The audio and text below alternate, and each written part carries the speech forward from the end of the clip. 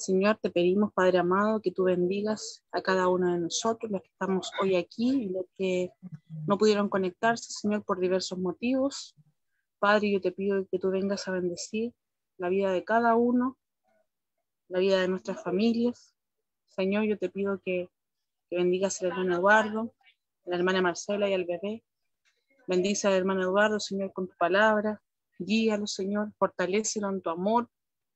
Padre, yo te pido que tú vengas en esta noche, vengas a bendecirnos a cada uno, vengas a mandar tus ángeles, Señor, en esta noche. Dejamos todas nuestras intenciones, todo lo que tenemos en nuestro corazón, Señor. Padre, tú nos conoces a cada uno de nosotros, conoces nuestra vida, conoces lo que pensamos. Solo tú sabes, Señor, lo que cada uno vive a diario.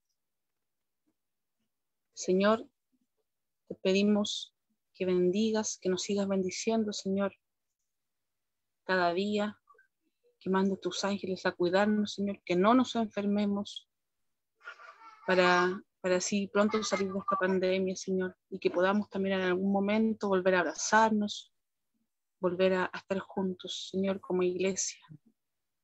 Padre, en ti confiamos, en ti hemos puesto, Señor,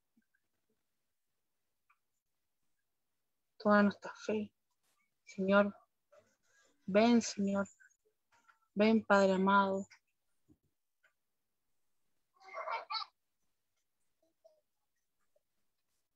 Señor, te pedimos, Padre amado, por cada uno de nuestros enfermos, por cada una de las personas, Señor, que están con COVID. Padre, yo te pido que tú vengas a bendecirlos, Señor, vengas sobre ellos, Señor, para que pronto salgan adelante. Y también por todas las personas que han perdido sus seres queridos. Ven a darles la paz que ellos necesitan.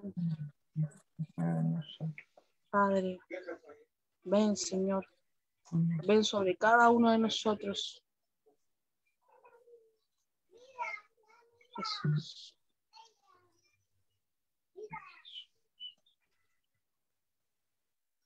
Amén. Amén. Amén. Muchas gracias, hermano Geo. Hermano Eduardo, tiene la palabra. Amén, hermana, gracias. Hermanos, Dios los bendiga. Bueno, es una bendición para mí poder compartir, ¿cierto?, en el culto con todos ustedes, ¿cierto? Realmente es una gran bendición poder ver las cosas que Dios está haciendo. Amén, amados, y cómo en estos tiempos tan complejos aún siguen perseverando. Cuando uno persevera e invierte tiempo y dedicación en las cosas de Dios, Dios es fiel. Dios no es deudor de nadie, amado. Dios es fiel. Amén. Así que una de las cosas importantes, especialmente en estos tiempos, es aprender a perseverar. Sumamente importante. Y justamente vamos a hablar un poco de eso. Ya vimos en los dos cultos anteriores, ¿cierto? Más o menos, ¿cierto? Porque es un tema bien complejo, hay hartos temas para tocar, ¿cierto? Vimos más o menos qué es lo que realmente dice la Escritura de la segunda venida del Señor Jesucristo y del papel, ¿cierto?, a grandes rasgos que tiene la iglesia, que tiene el cristiano, que tiene los escogidos de Dios en su segunda venida. Y una de las cosas que vimos es de que ciertamente Dios está preparando a un ejército. No con armas, ¿cierto?, sino con armas espirituales, ¿cierto? Y con estrategias espirituales para poder ser parte de este ejército, ¿cierto?, que va a venir a establecer el reino de Dios y que el día de hoy debe establecer el reino de Dios aquí en la tierra. Amén. Entonces es importante, ¿cierto?, ver de que Dios nos está llamando a que cada uno, ¿cierto?, cada uno sea parte de este ejército de Dios. Así que vamos a hablar un poco de eso, ¿cierto?, de los últimos tiempos también, pero ya no tanto, sino más de las características y de la condición que Jesús espera del cristiano en su segunda venida. Que es lo que realmente el Señor Jesucristo le da mayor énfasis. Y para eso vamos a partir con el mismo Mateo 24, donde habíamos estado estudiando, ¿cierto?, los dos últimos cultos. Vamos a ver algunos versículos bíblicos para que veamos a qué realmente Jesús le da más énfasis. Y a veces perdemos tiempo, ¿cierto?, en cosas en las cuales el mismo Dios no le da tanta importancia. Como vimos, ¿cierto?, Dios habla en las Escrituras quizás una o dos veces del rapto, ¿cierto? Y la Iglesia le ha puesto un énfasis exacerbado, ¿cierto?, al rapto, ¿cierto? Y no le ha puesto el énfasis que debe, ¿cierto?, a la condición que debe tener el cristiano, de estar dispuesto incluso a dar la vida por causa del Señor Jesucristo y estar dispuesto a crecer en medio de la tribulación. En las Escrituras dice de que en la tribulación, ¿cierto?, la obra tiene que estar completa, ¿cierto? En la prueba, la obra tiene que estar completa para que alcancemos paciencia, para que alcancemos esperanza, etcétera, etcétera. Entonces, es necesario, como también, ¿cómo se llama? Como también, ¿cómo se llama? Menciona Pablo, que pasemos por muchas tribulaciones para entrar al reino de los cielos. Y yo ya les mencioné que ahí no está hablando de la salvación, porque si no, no sería por gracia, sino está hablando de entrar a reinar, a ejercer la autoridad que Jesús quiere compartir, ¿cierto?, con sus llamados, con sus escogidos, con sus fieles, que es parte de lo que vamos a hablar ahora. Entonces, Mateo 24, vimos los últimos tiempos, ¿cierto?, cuál es el orden que da el Señor Jesucristo de su venida, ¿cierto? Vemos de que el Señor Jesucristo viene después de la gran tribulación y antes del día de la ira, ¿cierto? Y vamos a ver en realidad a qué le da más énfasis, porque después de hablar estas cosas, el Señor Jesucristo toma mucho más tiempo en explicar la condición en que Él espera que estén. Por ejemplo, desde el versículo 2 hasta el versículo más o menos el 30, 33, ¿cierto? O hasta el 34, ¿cierto? Es, ¿cierto?, los versículos donde derechamente el Señor Jesucristo está hablando, ¿cierto?, cómo van a ser las cosas y qué cosas van a pasar.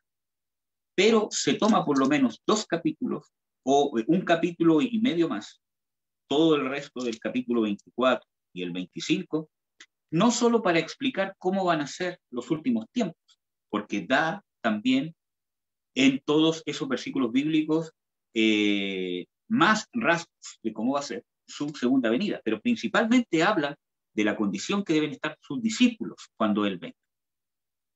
Entonces, si yo veo qué proporción, qué tiempo ocupó el Señor Jesucristo para hablar, ¿cierto?, del orden cronológico, de las cosas que van a pasar, en proporción al énfasis que le hace reiteradas veces a la condición que debe estar el creyente cuando Él venga, vemos a qué punto iba Jesús, a qué punto va Jesús y a qué punto le está dando más importancia.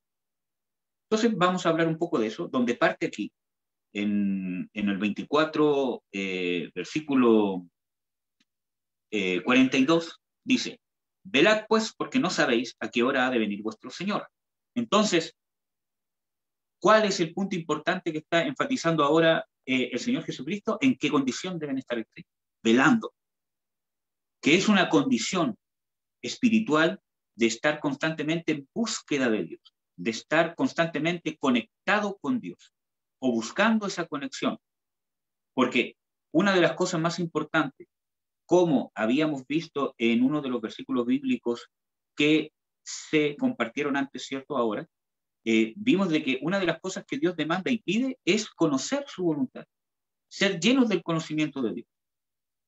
Y eso no habla de un conocimiento intelectual, sino que nosotros podamos saber a qué se inclina el corazón de Dios, qué es lo que Dios desea que yo haga o qué es lo que Dios desea que yo deje de hacer.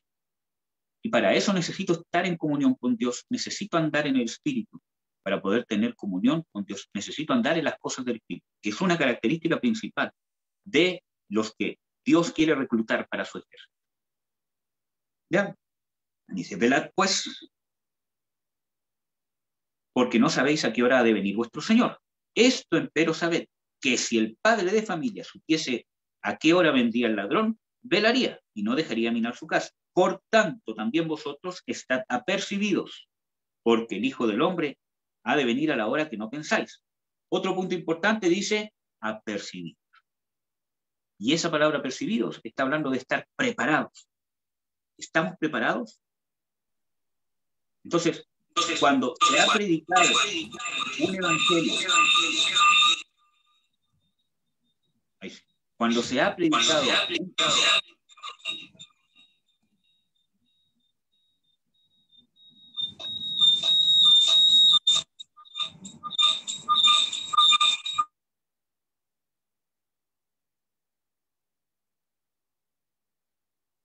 ¿Alguien más tiene encendido el audio? No sé si soy yo o es otra persona. No, era yo, que se me desconecta y se conecta y ahí se abrió el micrófono. Perdón, Eduardo. Ya, no, sí, no hay problema. Ya, entonces, estar preparados. Pero el tema es que cuando se ha predicado que en la segunda venida del Señor Jesucristo realmente vamos a ser o que uno va a escapar de la gran tribulación, ¿cierto? Y que no va a pasar por ninguna cosa, etcétera, etcétera.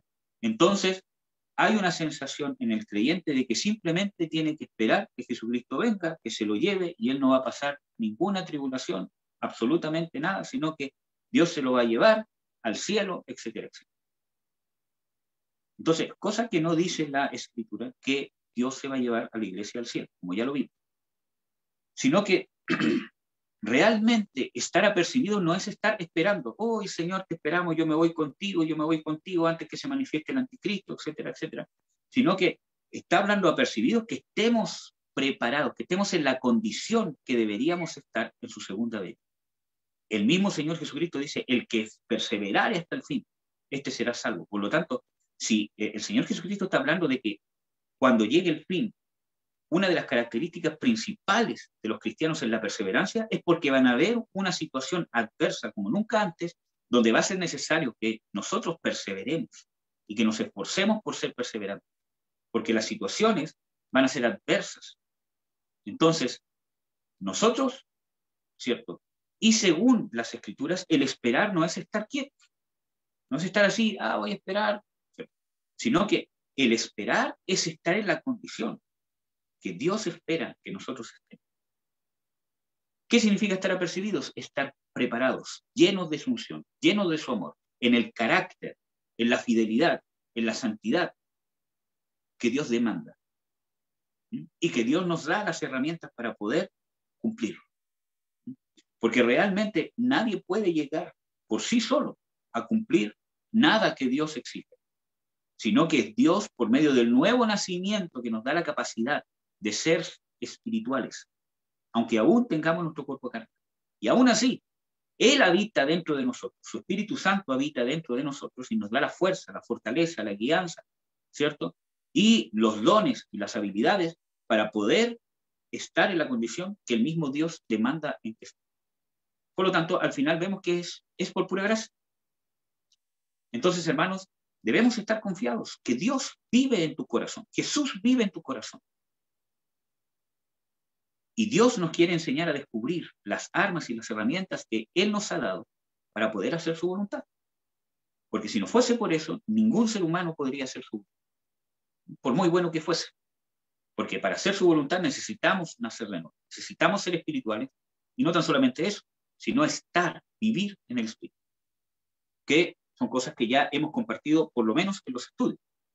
Entonces, estar apercibidos, estar preparados, estar en la condición que Dios desea que estemos. ¿Qué más dice el versículo 45? ¿Quién pues es el siervo fiel y prudente? Y aquí hay 3 puntos más importantes. Siervo, fiel y prudente. Una de las características que Dios más busca en los cristianos es un corazón de siervo. Hay hartos pasajes bíblicos, pero cuando Dios libertó al pueblo de Israel, una de las cosas que Dios mandó a que Moisés le hablara al faraón es: deja ir libre a mi pueblo para que me sirva. Uno de los propósitos de Dios es servir. También en Lucas 1 dice de que Dios nos libertará de nuestros enemigos para que sin temor le sirvamos. Entonces, todos nosotros que estamos recibiendo liberación, que estamos siendo libres del pecado, de las heridas del alma, de vicios, de quizás cuantas cosas más, hasta de demonios. ¿Con qué propósito es? Para servir. Dios busca un corazón de siervo. Jesús, siendo Dios, se despojó a sí mismo y se hizo siervo. Y el siervo más sumiso. Y esa palabra, siervo, que usa en Filipenses 2, es esclavo. O sea, alguien que simplemente recibe órdenes y las hace. Entonces, ¿cuánto más para nosotros? ¿Cierto? Ciertamente que Dios ha mostrado y derramado tanto amor eterno que no alcanzamos a comprender todavía hacia nuestras vidas. ¿Cuánto más no nos corresponde servirle con un corazón sincero durante toda la eternidad? Dios, por ser Dios, podría exigir servicio, podría obligar al servicio. Porque Él es Dios, no hay nadie sobre Él, no hay ningún árbitro que le diga, oye, está haciendo algo malo. Él es Dios. Y Él puede hacer y deshacer y no tiene por qué darle explicaciones a nadie. Pero no lo hizo. Lo hizo por amor. Por lo tanto, ahí vemos realmente el beneplácito, que Él realmente quiere amar. Por eso que las Escrituras dicen que Él es amor, es su esencia, es su característica. Es parte de Dios el amor divino. Es más, todo lo que proviene de Él es amor. Porque hay veces que como seres humanos hay un concepto de amor que es equivocado con respecto al concepto de amor de Dios o a la esencia del amor. Bueno, vamos a ver. Entonces, dice siervo, necesitamos tener un corazón de servicio. Y eso no solamente es predicar, orar por los demás, etcétera, etcétera, porque ¿cómo Jesús se puso al servicio del Padre? Poniéndose al servicio de la humanidad. Despojándose de sí mismo, negándose, para traer un beneficio divino sobre la humanidad.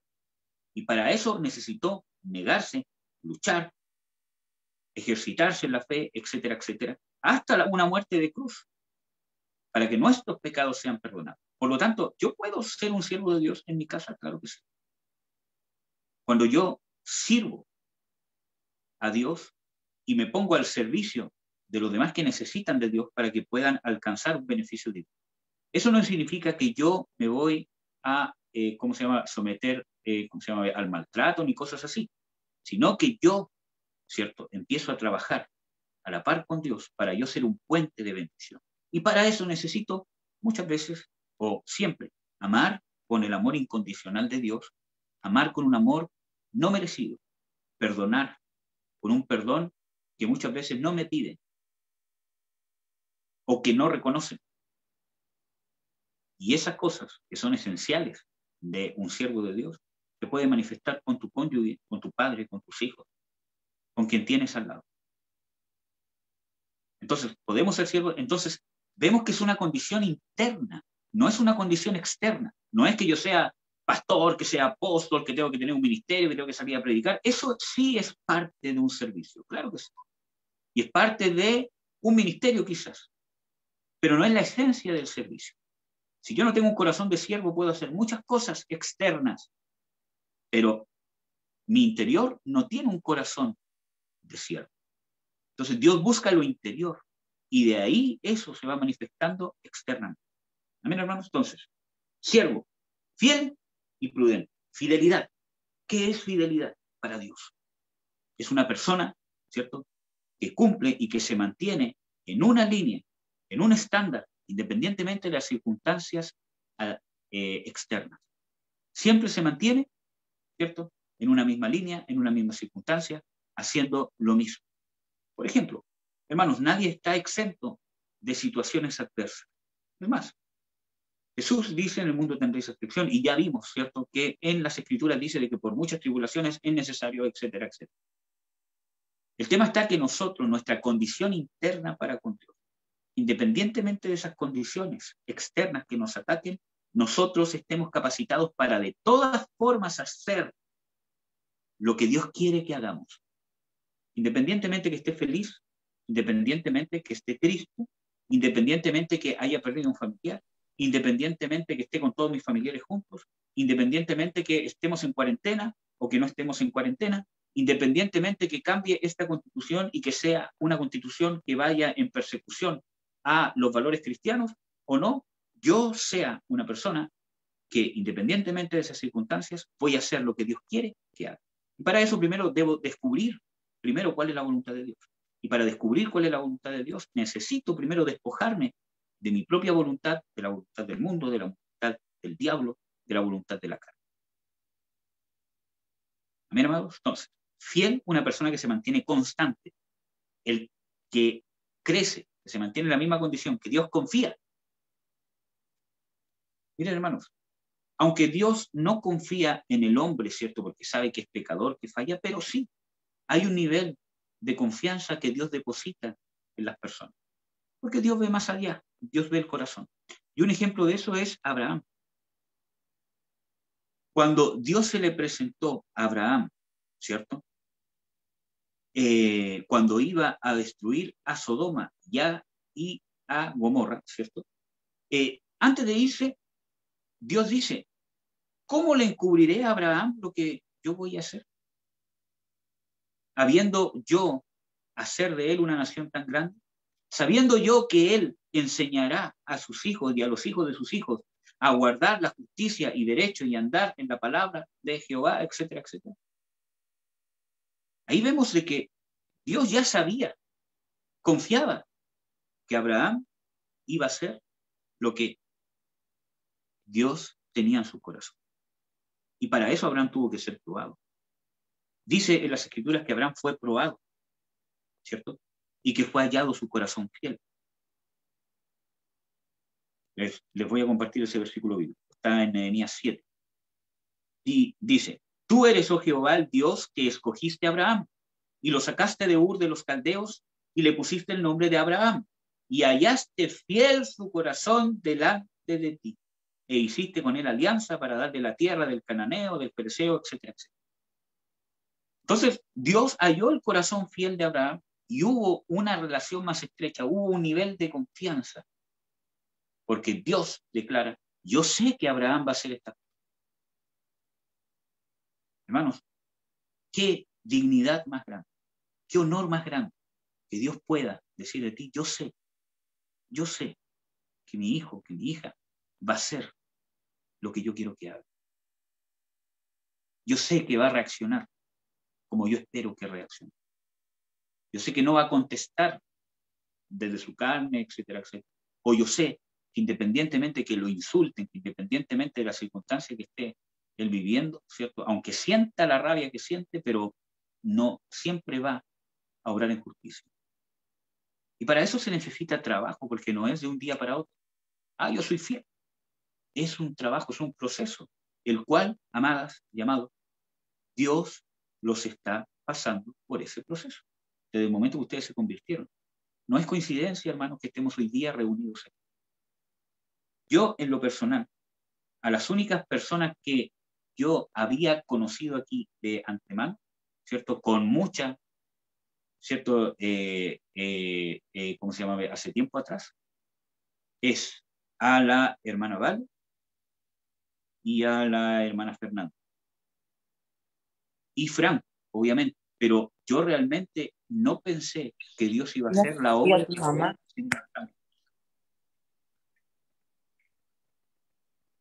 ¿Cómo? También a tu mami que entró ya, está con nosotros. Amén, hermana, gracias. Entonces, eso, sin contar obviamente a mi esposa y, ¿cómo se llama? A mi mamá, que es obvio que los conocía. Pero hablo de los demás. Entonces, es algo que Dios nos unió, que Dios nos juntó. Entonces, no es coincidencia, amados y amadas, que estemos aquí reunidos, ¿cierto? Y las cosas que ha hecho Dios con nosotros y las cosas que Dios ha hecho, está haciendo y hará con ustedes. Dios nos está formando y Dios los está formando y los está equipando. Y parte de eso es esto, la comunión entre los hermanos. Entonces, fidelidad, que Dios pueda tener esa confianza en nosotros. Y así vamos a ir creciendo. Y esa confianza se da, ¿cierto?, en las cosas menores, desde lo más interior a lo más exterior. Dios actúa siempre de adentro hacia afuera, de lo más pequeño hacia lo más grande. Y hay versículos bíblicos que hablan de eso. Vamos a ver, uno, en Lucas 16, 10 al 12, dice, el que es fiel en lo muy poco, también es en lo mayor. Dice, y el que en lo muy poco es injusto o infiel, también en lo que es más, también será injusto e infiel. Pues si en las malas riquezas no fuisteis fieles, ¿quién os confiará lo verdadero? Y si en lo ajeno no fuisteis fieles, ¿quién os dará lo que es vuestro? Entonces, miren hermanos, aquí lo que está diciendo el Señor Jesucristo es que si nosotros no podemos ser fieles en las cosas pequeñas, Dios no puede confiar en nosotros que vamos a ser fieles en las cosas que realmente son más grandes.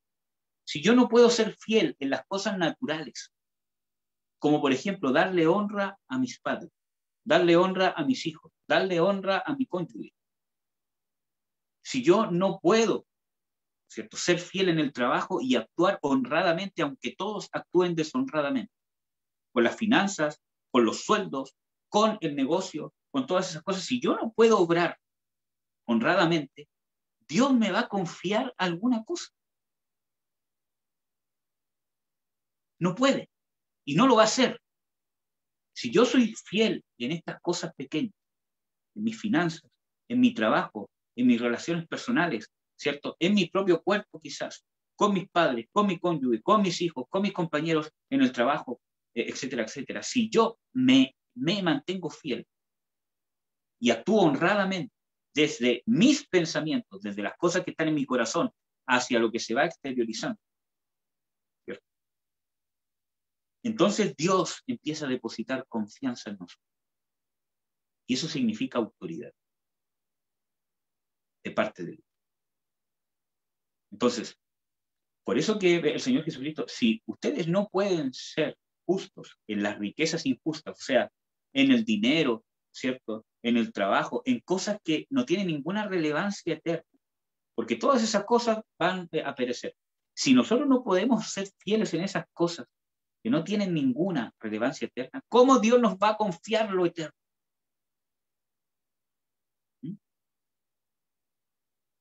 Pero si somos fieles y demostramos fidelidad en esas cosas, Dios nos va a ir dando más y más confianza, o nosotros nos vamos ganando confianza delante de Dios. Entonces, el que es fiel en lo poco será mucho en lo que es más. Si no podemos ser fieles en las cosas que no son nuestras, y hablo del mundo, del trabajo, etcétera, etcétera, de las relaciones con los demás, ¿cómo Dios nos dará lo que es vuestro? ¿Por qué dice eso? Porque a través de la salvación en Cristo Jesús, del nuevo nacimiento, nosotros hemos sido parte del reino de Dios. Por lo tanto, somos herederos juntamente con Cristo Jesús. Pero no necesariamente estamos heredando. Somos herederos, pero no necesariamente estamos heredando. Entonces dice en las Escrituras de que el niño es heredero de todo, pero aún no tiene ninguna autoridad sobre nada hasta que alcanza cierto grado de madurez. Es dueño de todo, pero aún no puede ejercer ninguna autoridad sobre ninguna cosa hasta que alcance cierto grado de madurez. Lo mismo pasa con nosotros. Entonces, ¿cómo Dios nos va a confiar estas cosas eternas que hemos heredado por Cristo Jesús? Si no somos fieles en las cosas que realmente perecen, que son temporales. Y eso parte de adentro, de mis pensamientos, de mis sentimientos, que yo busque con urgencia, ¿cierto?, realmente el poder estar en la condición que Dios desea que esté. Por eso que los días viernes estamos viendo los estudios sobre liberación, porque es parte, ¿cierto?, de las herramientas que Dios nos ha dejado para poder estar en la condición que Dios desea que estemos, especialmente en su venida. Sigamos. Entonces, ¿qué más dice? Fieles, siervo fiel y prudente.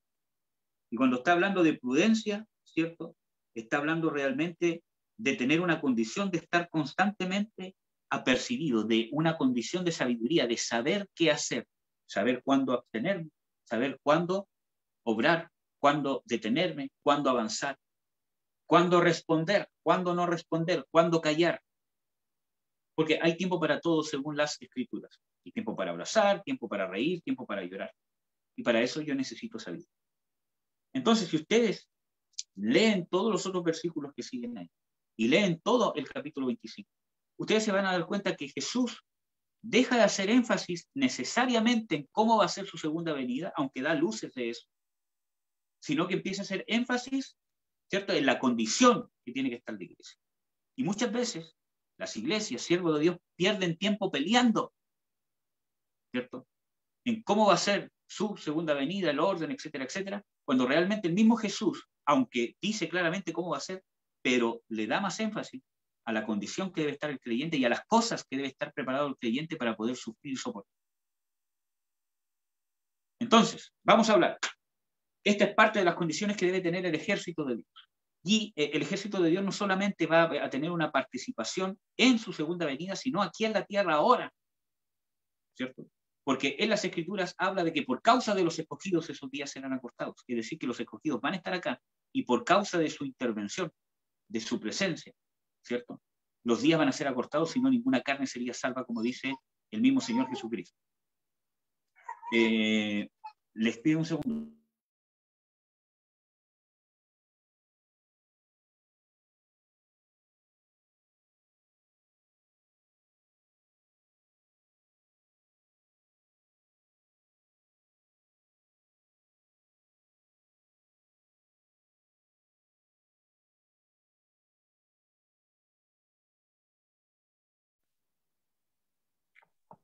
Ya, hermanos. Entonces, es importante de que el ejército de Dios tiene una participación importante y trascendental aquí, ahora en la tierra. Y Dios los está invitando, amados y amadas, a ser parte de este ejército, ¿cierto? Y para eso tenemos que entrenarnos. En un ejército normal, en cualquier país, ¿cierto?, hay muchas personas que entran al ejército. Y es más, que logran entrar al ejército, que son parte del ejército. Pero a medida que avanza el entrenamiento, muchos van quedando atrás, muchos van renunciando. Y eso tiene su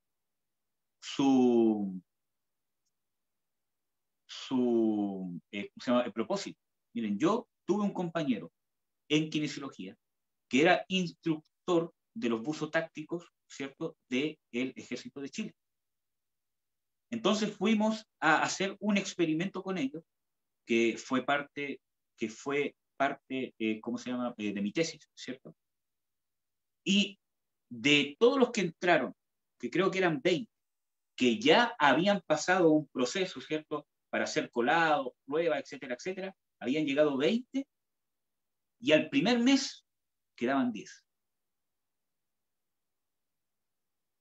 Entonces, vemos de que realmente es un proceso. Entonces, esta persona, él, aunque eran 20, 30, él siempre decía, aquí llegan 10 máximo al final, en todos los cursos que se hacen de buzo táctico. Y siempre es el primer mes. Y él me advirtió, le vamos a tomar las pruebas a 20, pero el próximo mes vamos a tener 10 o 15 como máximo, porque era un curso de 3 meses. Y justamente fue así. ¿Por qué? Porque muchos van quedando atrás, justamente porque el entrenamiento, ¿cierto?, es muy duro para algunos, ¿cierto?, y desisten.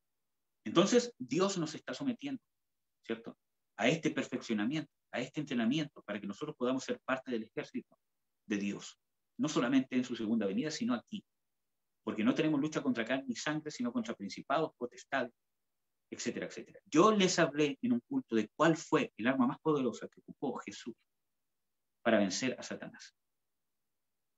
Y fue la cruz. Y la cruz, cuando hablo de la cruz, no hablo de una cruz física, sino que hablo de lo que Él entregó en la cruz. ¿Qué usó ahí? El amor, la obediencia, la sumisión y el perdón. Esas son las armas más poderosas que el cristiano puede usar en contra de un demonio. Cuando yo estoy con un familiar que yo sé que hay un demonio en él, muchas veces yo no tengo que reprender al demonio. Te reprendo en el nombre de Jesús y vete de aquí, deja de hablarme así. Porque no tiene caso. Pero si yo actúo con el carácter de Cristo, si yo muchas veces cierro mi boca y no contesto conforme a los insultos, ¿cierto? Mientras yo lo esté haciendo guiado por Dios y en el amor de Dios, quizás estoy haciendo una guerra más efectiva que si me pusiese a reprender. Entonces, vemos de que cuando hablamos de un ejército de Dios, cuando hablamos de las armas que tienes que tener el ejército de Dios, estamos hablando de la condición que Dios espera de los hijos. Entonces, vamos a hablar un poco más del ejército de Dios. Antes de ver eso, ¿cierto? Ustedes pueden ver en el capítulo 25, ¿cierto? Que habla de las 10 vírgenes. Y el énfasis de esta parábola no es hablar del orden de su segunda venida, aunque sí lo dice, ¿cierto? Porque habla de que las 10 vírgenes, es una representación de su iglesia, van a estar esperando que venga el esposo.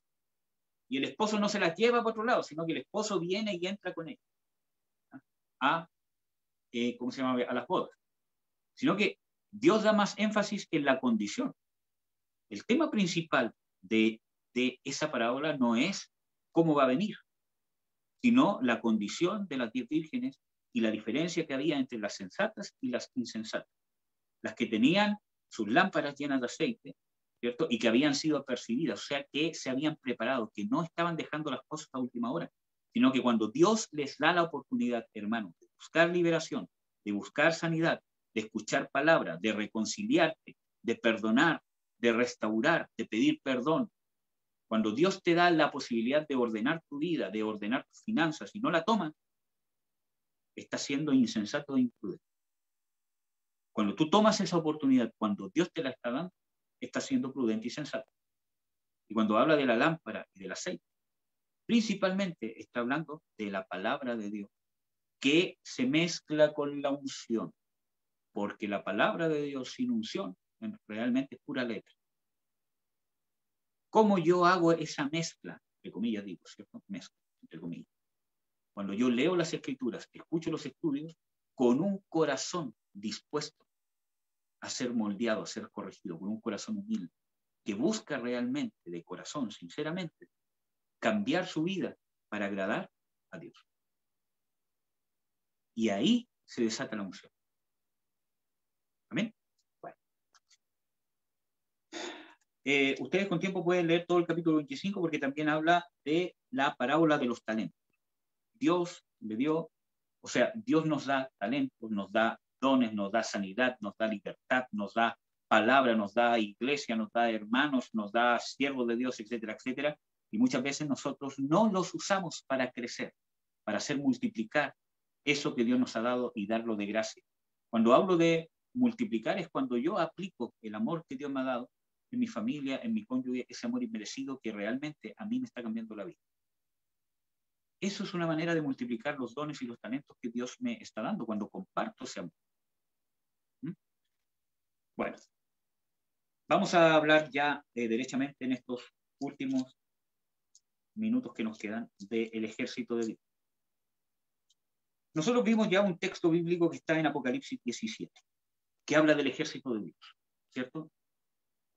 Dice en Apocalipsis 17, en el versículo 14, ellos pelearán contra el Cordero y el Cordero los vencerá, porque es el Señor de señores y el Rey de reyes, y los que están con él son llamados y elegidos y fieles.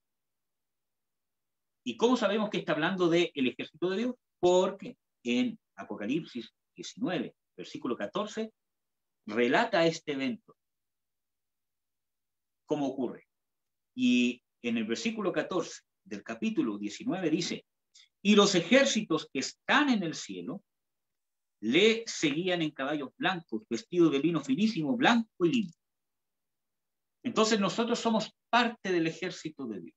No somos los únicos, ¿cierto?, que son parte del ejército de Dios. Los ángeles son nombrados parte del ejército de Dios, etcétera, etcétera. Pero sí, Dios nos está invitando a ser parte del ejército de Dios. Y vamos a ver algunas características importantes del ejército de Dios, ¿cierto? Aquí yo les tenía varios versículos bíblicos, pero creo que por el tiempo no vamos a alcanzar a ver todos. Pero, por ejemplo, en Joel 2:11, una de las características de los que participan del ejército de Dios es esta. Dice, y Jehová dará su voz delante de su ejército, porque muchos son sus reales y fuertes, que ponen en efecto su palabra, porque grande es el día de Jehová y muy terrible, y quién lo podrá sufrir. Bueno, aquí vemos otra vez otro versículo bíblico que habla de la participación del ejército de Dios en la ira de Jehová o en el día grande, terrible de Jehová. ¿Qué dice? Que Jehová dará su voz delante de su ejército, que es lo que está haciendo ahora. Está convocando, dando su voz, preparando para que uno pueda aceptar, recibir, ¿cierto? O tomar ese llamado para ser parte del ejército de Dios. Dice, porque muchos son sus reales y fuertes. Cuando habla de reales, habla de realeza, de gente que es parte del reino, de gente que está inmiscuyéndose en el reino de Dios. ¿Cómo yo me adentro en el reino de Dios? ¿Cómo yo me inmiscuyo en el reino de Dios cuando yo dejo que la voluntad de Dios se haga en mi vida? Él mismo, Señor Jesucristo, dice que hágase tu voluntad, o sea, dice, venga a nosotros tu reino, hágase tu voluntad aquí en la tierra como se hace en el cielo. ¿Cómo viene el reino de Dios a tu vida? Cuando yo dejo que se haga la voluntad de Dios en mí. Cuando Dios me está mostrando por medio de la palabra que necesito ser libre, que hay ciertas prácticas que no debo hacer, que hay ciertas cosas que debo hacer, que hay ciertas situaciones que debo arreglar, etcétera, etcétera, y yo empiezo a actuar, ¿cierto? En pos de cambiar mi vida, ¿cierto? En pos de la palabra de Dios. Entonces estoy haciendo que el reino de Dios venga a mí, porque estoy haciendo que la voluntad de Dios se haga en mi vida, así como se hace en el cielo. Y ahí estoy teniendo autoridad. Entonces, sus reales de reino y fuertes. Y en este mismo libro ¿cómo se llama? Joel, dice, diga el débil, fuerte soy. En tu debilidad vas a encontrar tu fortaleza. Y eso aparentemente es contradictorio, pero en tu debilidad, cuando tú veas, mientras más tú te des cuenta y reconozcas lo débil e inservible que somos sin Dios, más se va a manifestar en nosotros la fortaleza. ¿Dónde se manifiesta esa fortaleza? Se manifiesta en el hombre espiritual. Por eso que necesitamos estar en las cosas del espíritu, perseverar en las cosas del espíritu. Y una de las cosas principales del espíritu es el amor y el perdón. Si yo me ejercito en esas cosas, voy a andar en el espíritu. Por ejemplo, en Efesios, ¿cierto? En Efesios capítulo 3, versículo 16 en adelante, dice, que os dé conforme a las riquezas de su gloria el ser fortalecidos con potencia en el hombre interior por su espíritu. ¿Dónde somos fortalecidos con el poder de Dios? En el hombre interior. Si mi hombre interior está apagado, desnutrido, si yo no lo alimento con oración, con comunión con los hermanos, con perdón, con amor, ¿cierto? Si yo no fortalezco a mi hombre interior, va a estar completamente debilitado. Por lo tanto, no va a poder estar susceptible a la fortaleza que realmente Dios le quiere dar y que le está dando por medio del Espíritu Santo. Entonces es importante mantener a nuestro hombre interior, al espíritu fortalecido, andando las cosas del espíritu y negando las cosas de la carne y quitándole alimento a la carne. Entonces nosotros debemos conocer a Dios y conocer nuestra debilidad y saber de que hay ciertas cosas de las cuales nosotros tenemos que huir para no darle ocasión a la carne. Bueno, pero ya hemos hablado harto de esas cosas, ¿cierto? Tanto en los estudios como en los puntos anteriores. Pero al punto que voy, ¿cierto? Que este ejército van a ser llamados, escogidos y fieles. Y, ¿cierto? Hay muchas características de los escogidos. Y aquí yo les voy a mostrar algunas de las características más importantes. Hay una fe de los escogidos de Dios que yo estoy convencido que realmente es la fe de Jesús. Y no fe como doctrina o como creencia, sino la fe que manifestó Jesús como ser humano, como hombre, ¿cierto? Él tuvo que tener una fe para agradar al Padre. Porque sin fe, esto es imposible agradar a Dios. Jesús tuvo que tener una fe. Tuvo que tener una fe personal. Y esa es la fe de los escogidos de Dios. ¿Cierto? Creo que no hay tiempo para poder comprobarles bíblicamente de que esa es la fe de los escogidos de Dios, pero realmente hay una fe de los escogidos de Dios. Pablo habla, ¿cierto? Dice, según la fe de los escogidos de Dios. O sea, habla de una fe, ¿cierto? De los escogidos de Dios. ¿Qué es un escogido de Dios? ¿Cierto? Porque en las escrituras ustedes pueden encontrar esa palabra como escogidos en dos formas, principalmente. Como que Dios nos escoge del mundo para ser salvos, ¿cierto? que ese es una especie de escogimiento, porque nadie viene al Padre si no es por Jesucristo, y nadie va a Jesucristo si no es por el Padre. Nadie llama a Jesús Señor si no es por el Espíritu Santo. Vemos de que nadie se salva por sí solo, sino que realmente es una intervención divina, es una gracia, ¿cierto?, de Dios que nos hace ser salvos. Si tú estás aquí, si tú estás viendo esto, es porque realmente Dios ha tenido gracia de ti. Porque nadie llegó aquí, porque miren, ¿saben qué? Yo realmente en mi búsqueda de Dios de repente encontré al Dios verdadero. No, hermano.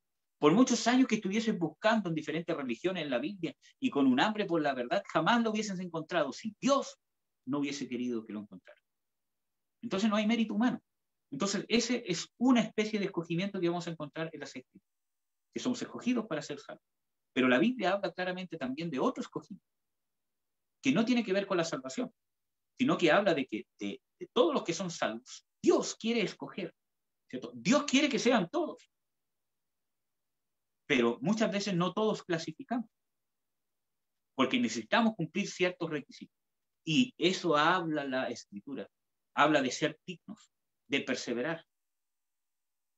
Y habla muchas veces de ser dignos, de ser dignos, de ser dignos, etcétera, etcétera. De pasar la prueba, sufrir la prueba, el que perseverar hasta el fin, etcétera, etcétera. Ahí no está hablando de perder la salvación. Está hablando de alcanzar el nivel que Dios quiere que alcancemos en su reino, que tiene que ver mucho con la madurez, que tiene que ver mucho con la autoridad de Dios, que tiene que ver mucho con la humildad, con el servicio, con la disposición que tiene nuestro corazón. Amén, amados. Entonces, Dios necesita, Dios requiere escogidos. Y vamos a ver algunas de las características de los escogidos. Dicen Colosenses 3, 12 al 14. Vestidos pues como escogidos de Dios. Y aquí habla de muchas características de los escogidos de Dios. Hay más, ¿cierto? Pero dice santos, santidad. Entonces, hay muchas veces que al uno decir, somos escogidos de Dios, somos los escogidos de Dios, se nos empieza a hinchar el pecho y el ego. Somos diferentes a los demás. Y ya no eres escogido de Dios, ya te descalificaste, ya si tienes eso en tu corazón, te descalificaste completamente. Porque un escogido de Dios, una de sus características es humildad, ser pobre de espíritu. Si yo tengo ya ese pensamiento, ya me descalifiqué, no soy escogido. Dice, escogido de Dios, santos y amados. Habla de santidad y de vivir como una persona que sabe que Dios le ama. Porque muchas veces nosotros vivimos como si no supiéramos que Dios nos ama. Tenemos aquí un pensamiento de que sabemos intelectualmente que Dios nos ama, pero muchas veces vivimos como personas que no saben que Dios los ama. ¿Por qué? Porque ante las situaciones adversas nos olvidamos que el amor de Dios nos sostiene, que todas las cosas tienen un propósito, que Dios puede y quiere y lo hace, transforma todas nuestras circunstancias adversas, incluso hasta nuestros errores, los transforma para bendición, para formarnos, para poder hacernos crecer, ¿cierto?, eternamente en las cosas que no se ven. Si nosotros tomamos la actitud correcta con respecto a esas situaciones, en humildad y en un corazón enseñable y moldeable. Entonces, Dios, ¿cierto?, requiere que nosotros vivamos como amados y que manifestemos ese amor también. De entrañas de misericordia, de benignidad y de humildad, de mansedumbre, de tolerancia, sufriéndoos los unos a los otros y perdonando los unos a los otros. ¿Y por qué aquí dice sufriéndoos o soportándoos, como dice la versión 1960? Porque muchas veces nos vamos a tener que sufrir, hermanos. Y cuando habla de eso es porque me cuesta amar al hermano, me cuesta tolerarlo, me cuesta perdonar.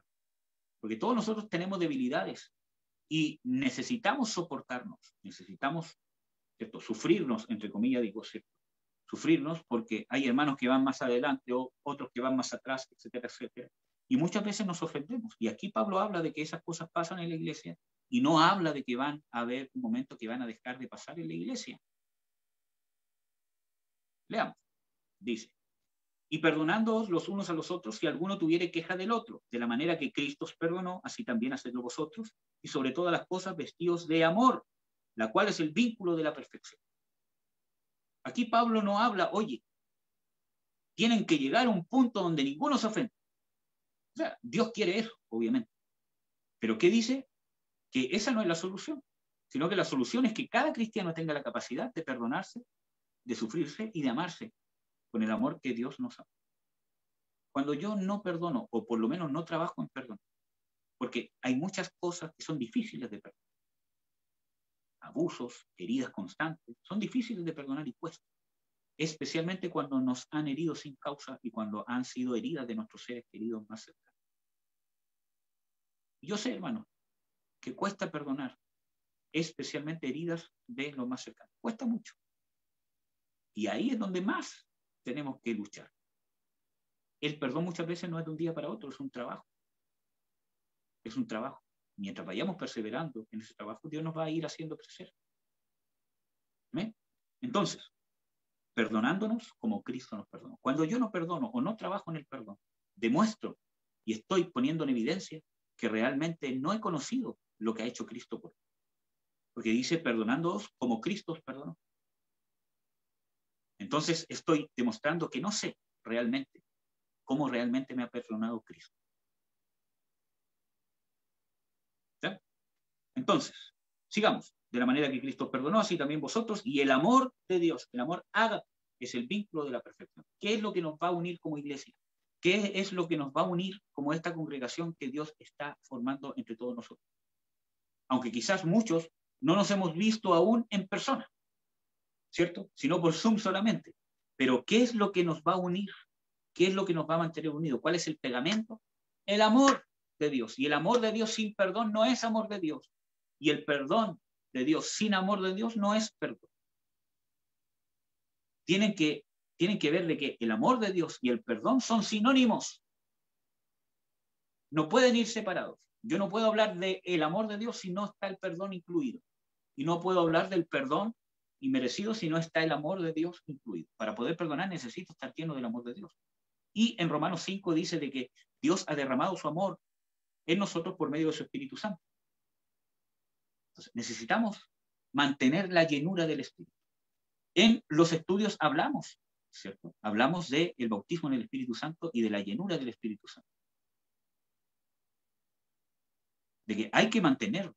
Jesús tuvo que mantenerse lleno del Espíritu Santo, mantenernos en comunión con el Padre. Por eso que bueno, entre otras cosas, por eso que él era un hombre de oración. Y se apartaba muchas veces a orar solo, siendo el Hijo de Dios, siendo el ungido, siendo el Mesías, porque él necesitaba de Dios. Quería estar en comunión con el Padre. Si él no hubiese mantenido comunión con el Padre, no hubiese podido hacer las cosas que hizo. Bueno. Entonces, es el amor el que nos va a mantener unidos.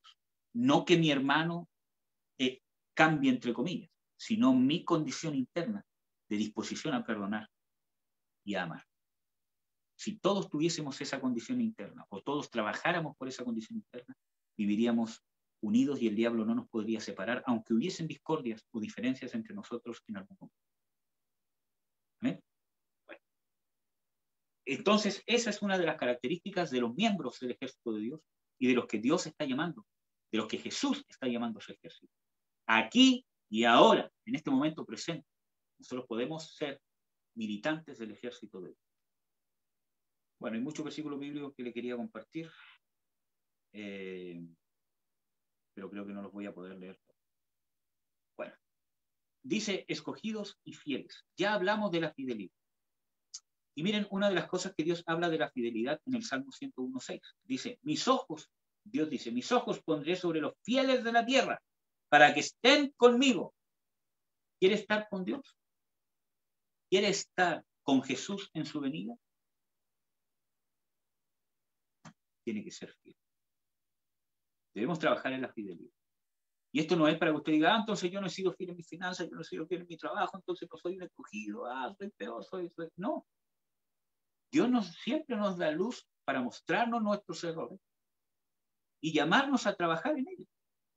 Si Dios ya sabía todo eso cuando te estaba bendiciendo, cuando te salvó, cuando te ha bendecido hasta el día de hoy, y no te ha dejado de amar y no te va a dejar de amar porque su amor, Dios es fiel. Por eso que Él demanda fidelidad, porque Él es fiel. Su amor no varía según nuestros errores. Él te sigue amando igual. Siente el mismo amor que lo llevó a dar su vida por ti el día de hoy. Por ti. pero es que me equivoqué, es que me estoy dando cuenta que aquí siente el mismo amor que movió su corazón a entregar a su hijo en la cruz, lo siente ahora. Y ese amor es eterno. En las Escrituras dice, con amor eterno te ama. Y eso habla de que no tiene principio ni tampoco tiene fin. Amén. Bueno. Vamos a terminar, ¿cierto? Para poder orar, ¿cierto? Y que Dios nos ministre. Parte del ejército de Dios, de la guerra espiritual. ¿Cierto?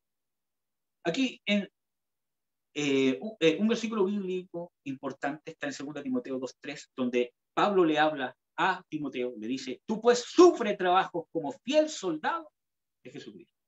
Un soldado de Jesucristo se caracteriza por ser tratado por cualquier soldado en cualquier ejército, como ya les dije, ¿cierto? Tiene que ser tratado, tiene que ser formado, tiene que ser entrenado para ocupar, ¿cierto?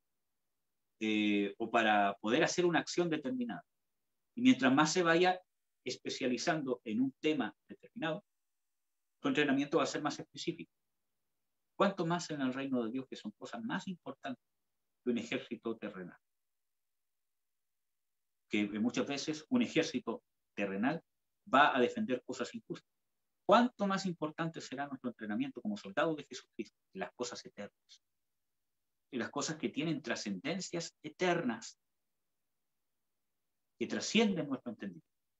¿Cuánto más necesitamos entrenamiento y perfeccionamiento? Por eso que Pablo dice, sufre trabajos como fiel soldado de Jesús. La fidelidad es la que nos va a permitir sufrir la tribulación, porque la tribulación se sufre, la tribulación se soporta, la tribulación no se escapa de la tribulación, y eso lo dice en Primera de Tesalonicenses, no, en Segunda de Tesalonicenses, si mal no recuerdo. Dice de que la tribulación se sufre, se soporta. Lo vamos a leer. Dice aquí, en Segunda de Tesalonicenses 1:4, dice, por tanto que nosotros mismos nos gloriamos de vosotros en las iglesias de Dios, de vuestra paciencia y fe en todas vuestras persecuciones y tribulaciones que sufrís o que soportáis, creo que dice en su versión. La tribulación, la persecución, se soporta con fe, se sufre. ¿Ya? Entonces, y eso no es una maldad de Dios, amados hermanos, porque Dios tiene la soberanía en las cosas que nos suceden, porque nos está justamente tratando, nos está formando para ser partícipes de las cosas eternas. Bueno, vamos a ver el último versículo que sí quiero compartirles sí o sí, y este sí yo les pido que si tienen su Biblia la abran en Apocalipsis 12. Busque el versículo bíblico, hermano, y háblalo, porque vamos a terminar con este versículo bíblico para saber cómo hacer guerra espiritual, cómo vencer a Satanás. Aquí hay 3 armas o 3 formas de ocupar el amor de Dios, la justicia de Dios, la fidelidad de Dios, la perseverancia, la paciencia. Hay 3 formas principales de poder usarla y ocuparla y realmente ser efectivo en una guerra espiritual. Y esas cosas vamos a ver que tienen que ver con las cosas interiores y no con las cosas exteriores. Apocalipsis 12, ¿cierto? Desde el versículo 10 y 11, para poder ver más o menos el contexto. Pero este contexto habla de una guerra en los cielos entre Satanás y sus ángeles, ¿cierto? Y Miguel y sus ángeles luchaban y Satanás no prevalecieron, etcétera, etcétera. Vamos a ver qué dice desde el versículo 10.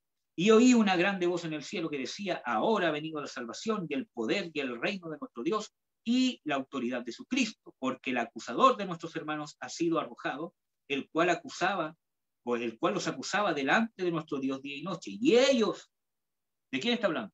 De los hermanos, a los cuales Satanás acusaba. Y ellos, ¿qué dice? Le han vencido. ¿A quién? A Satanás, el acusador. Si vemos, está hablando de Satanás y de los que Satanás acusaba. Y ellos, los hermanos que eran acusados por el diablo, le han vencido. ¿A quién? A Satanás. ¿Cómo vencemos a Satanás? Bueno, hay muchos versículos bíblicos que hablan de muchas formas, pero yo quiero hacer hincapié en estos 3 que creo que es de total relevancia e importancia en los últimos tiempos. Y para entenderlos bien. Y ellos le han vencido. ¿Cómo? Por la sangre del Cordero, por la palabra de su testimonio, y no han amado sus vidas hasta la muerte. 3 aspectos importantes que muchas veces no los entendemos del todo. Dice primero, por la sangre del Cordero. Y ahí está hablando cuando yo aplico la sangre de Jesús para que mis pecados sean limpiados. La sangre de Jesús, ¿cierto?, en las Escrituras es nombrada, ¿cierto?, como que nos limpia. ¿Qué hace la sangre de Jesús? Nos limpia. ¿Cuándo somos limpiados? Cuando confesamos nuestros pecados. Dios es fiel y justo para perdonar nuestros pecados y limpiarnos de toda maldad. Y en 1 de Juan, ¿qué más dice? Dice que si andamos en luz, etcétera, etcétera, la sangre de su Hijo Jesucristo nos limpia de todo pecado. ¿Cuándo aplicamos la sangre de Cristo? Cuando constantemente nos estamos deshaciendo de los pecados, estamos confesando nuestros pecados, estamos en un proceso de perfeccionamiento constante. Ahí estamos aplicando continuamente la sangre de Jesús sobre nosotros. Cada vez que nosotros doblamos nuestras rodillas, nos humillamos, confesamos nuestros pecados, buscamos el perdón, buscamos consejos, buscamos ministración si es necesario. Estamos aplicando la sangre de Jesús a nuestro favor y estamos venciendo a Satanás. Esto no es que yo diga y uso la sangre de Jesucristo y se la tiro al diablo en la cara y que le arda. No, hermanos. Cuando yo aplico la sangre de Jesucristo, cuando aplico el perdón de Dios sobre mí, cuando aplico la redención que Jesús me ha dado sobre mí y quizás sobre otros, cuando yo les doy el perdón que Dios me ha dado a mí, estoy aplicando la sangre de Jesucristo y estoy capacitado para hacer guerra espiritual. Si yo voy a usar la sangre de Jesucristo en una oración en contra de un demonio, ¿cierto?, tengo que tener la autoridad para hacerlo. ¿Y cómo voy a tener esa autoridad? Cuando yo aplique la sangre de Jesucristo como corresponde a mi vida. Ahí quizás yo tenga la autoridad de usar la sangre de Jesucristo para orar contra un demonio, no lo sé. Pero si yo no aplico esto primero, no tengo ninguna autoridad para usarla con mi boca. Entonces, ¿cómo aplico la sangre de Jesucristo? La redención. La sangre de Jesucristo está derechamente ligada en las Escrituras a la redención y al perdón. Entonces, cuando yo busco el perdón de Dios, cuando yo estoy en un proceso de perfeccionamiento constante con Dios, estoy aplicando la sangre de Jesús a mi favor. Cuando yo perdono a alguien, estoy ocupando la sangre de Jesús que Él ha vertido sobre mí a mi favor. Estoy compartiendo ese perdón con otra persona. Esa redención inmerecida. Amén. La sangre de Jesús. ¿Qué más dice? Ellos le han vencido con la sangre de Jesucristo y con la palabra de su testimonio. Y esto no es solamente palabrería. La palabra de su testimonio está hablando, esta palabra testimonio tiene mucho que ver, o su raíz es la misma palabra que quiere decir mártir. Es una persona que está dispuesta a padecer por causa de mis convicciones en Cristo Jesús. Cuando yo padezco y estoy dispuesto a padecer, si es necesario, por causa de mis convicciones, con mis amigos, con el mundo, en el trabajo, yo no me avergüenzo de Cristo ni de los valores cristianos, bíblicos, ni de los valores de Dios con respecto al alcohol, a las malas prácticas, a cómo se administran las finanzas, al aborto, al homosexualismo y a todos esos temas que son controversiales. Cuando yo me mantengo fiel en mis convicciones y estoy dispuesto a padecer lo que venga, pero yo no voy a claudicar y no voy a negar la moralidad y los valores de Dios, porque yo los tomo como propios, entonces estoy dando testimonio. Entonces tengo autoridad para hablar con mi boca lo que ha hecho Jesús sobre mí. Yo no puedo callar lo que Jesús ha hecho sobre mí, porque muchas veces cuando se está manifestando o están hablando de las tinieblas y yo no doy luz, me hago parte de las tinieblas. Entonces, el testimonio. Nosotros vimos, hermanos, hace unos 3 o 4 puntos atrás, el testimonio de nuestra hermana Freda. Y aunque no quiero hacer una exaltación no quiero hacer una exaltación o sea, ella es cierto, pero para que ella pudiera contar ese testimonio, tuvo que vivirlo primero. Tuvo que haber perseverado y llegar al día de hoy perseverando en Cristo. Quizás cayó, quizás se desvió de repente en el camino, pero hoy está perseverando, pese a todas las cosas que vivió. Y eso le da autoridad para contar su testimonio y que impactó nuestras vidas. A eso se refiere que han vencido a Satanás con la palabra de su testimonio. Tercero, y un punto de lo más importante, y no han amado sus vidas hasta la muerte. Aquí está hablando de negación, que yo no amo mi vida hasta la muerte. Y no necesariamente se está refiriendo a que yo digo, yo estoy dispuesto para morir por Cristo. Porque si tú me dices eso, debes de tener autoridad para decir. Porque con la boca se pueden hacer muchas cosas. Si yo no soy capaz de negar mi carne, si yo no soy capaz de negarme a mí mismo con mi cónyuge, con mis hijos, con mis padres, con mis compañeros, con mis hermanos de la iglesia, con quien sea, si yo no soy capaz de negar por hacer la voluntad de Dios, muchas veces perder una discusión, y muchas veces tener que callarme, aunque yo tenga la razón, enmudecer por guardar la paz. Si yo no soy capaz de negar mi carne, hermano, ¿cómo voy a ser capaz de dar la vida por Jesús? Aquí dice, no amaron sus vidas hasta la muerte. Cuando yo no niego mi carne y caigo en las cosas de la carne, que son orgullo, soberbia, vanidad, rencor, falta de perdón, etcétera, etcétera, ¿cierto? Si yo no soy capaz de honrar a mis padres, si yo no soy capaz de honrar a mi esposo o a mi esposa, como Dios me ordena hacerlo, no como yo creo que Él se merece que yo lo haga, sino como Dios me ordena hacerlo. Si yo no soy capaz de hacer esas cosas, estoy demostrando que amo mi vida más que a Jesús. Cuando yo lucho por esa negación, que también es un proceso, estoy demostrando que menosprecio mi vida hasta el punto de morir por causa de eso. Hermano, muchas personas están convencidas que en un momento dado van a dar su vida por Jesús. Y en el momento no lo van a hacer, van a claudicar. Porque en lo poco no son fieles. En negar su carne, en trabajar en sus pensamientos, en las cosas que se mueven en su corazón. Si ahí no son fieles, mucho menos cuando tengan algo tan importante y tan grande que dar la vida. Y lo van a negar. Entonces, necesitamos ejercitarnos en estas tres cosas. Perdón constante con Dios, reconciliación, estar a cuentas con Dios, trabajar en nuestro testimonio, tener convicciones claras, ¿cierto? Y no avergonzarnos de lo que Jesús ha hecho por nosotros y de los valores y la moral de Dios, que es su palabra. Y tercero, una negación de nuestra carne constante.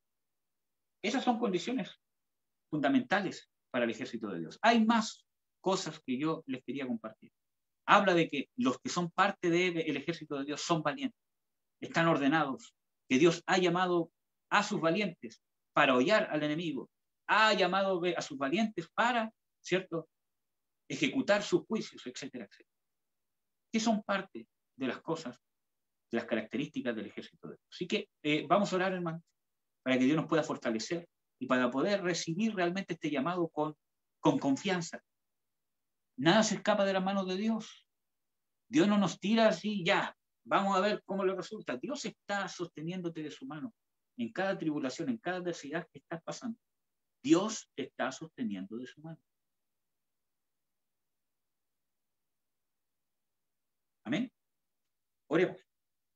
Padre, en el nombre de Jesús te bendigo, te exalto, te doy las gracias, Señor, por esta honra, por esta dignidad que tú nos das para poder ser parte de tu ejército. Yo te pido, Señor, que nos des un corazón fiel, que nos des un corazón lleno de fe, que nos des un corazón que realmente pueda amarte y amar con tu amor a los demás. Danos un corazón dócil, una fe sincera, una conciencia limpia.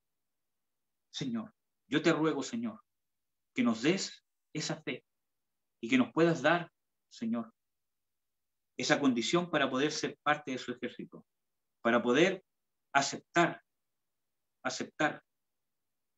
Señor, que tú nos has llamado a reinar contigo, que tú nos has llamado a ser parte de su ejército, que tenemos un llamamiento que es más importante que cualquier otra cosa. Danos luz de la importancia que tiene esto, Señor, y ayúdanos en el nombre de Jesús de Nazaret. Nosotros recibimos ese llamado, Padre, y te damos las gracias, Señor. Y nosotros nos ponemos a cuentas contigo en todas las cosas que estamos fallando, en todas las cosas que estamos claudicando. En el nombre de Jesús de Nazaret. Amén. Amén, amados. Gracias por la paciencia. Que Dios los bendiga mucho. Un abrazo a todos.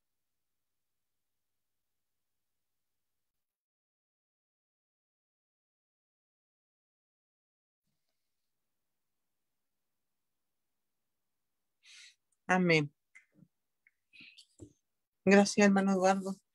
El Señor te bendiga. Y gracias por esta palabra que nos bendice. Les voy a invitar, hermanos, que para terminar, vamos a adorar al Señor con una canción final que nos va a poner la hermana Fernanda. Y luego vamos a hacer una oración final y vamos a despedirnos.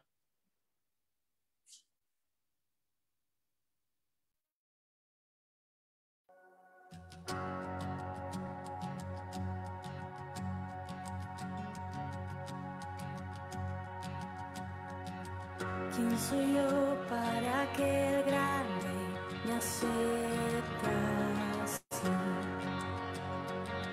Me encontró en mi perdición su amor por mí, oh, su amor por mí. Libre soy en él, libre en verdad, soy hijo.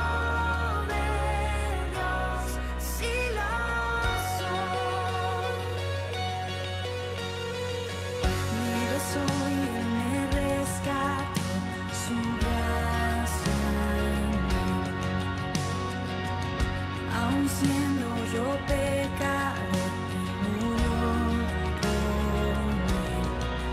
Él murió por mí. Libre soy en él, libre en verdad. Soy hijo de Dios, si lo soy. En tu casa sitio hay para mí, soy hijo de Dios, si lo soy, escogido, perdonado, yo soy quien dices que soy, vas conmigo a mi lado, yo soy quien dices que soy. Escogido, perdonado, yo soy quien dices que soy. Vas conmigo a mi lado, yo soy quien dices que soy. Yo soy quien dices que soy. Libre soy en él, libre en verdad. Soy hijo de Dios, si lo soy. En tu casa, Dios, sitio hay para mí. Soy hijo de Dios, si lo soy.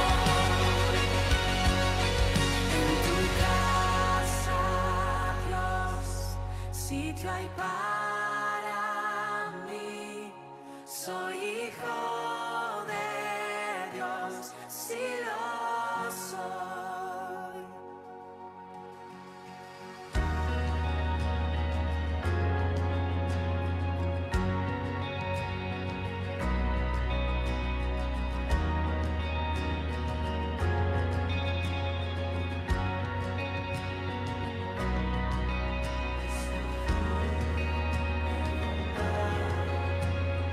Soy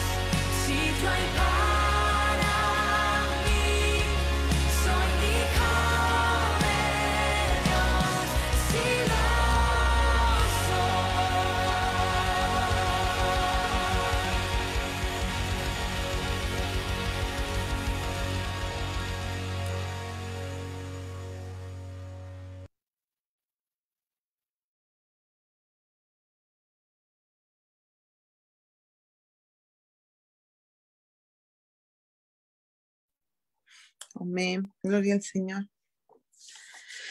Para despedirnos, hermano Franco va a despedirnos con una oración final. Bueno, gracias, hermana. Vale.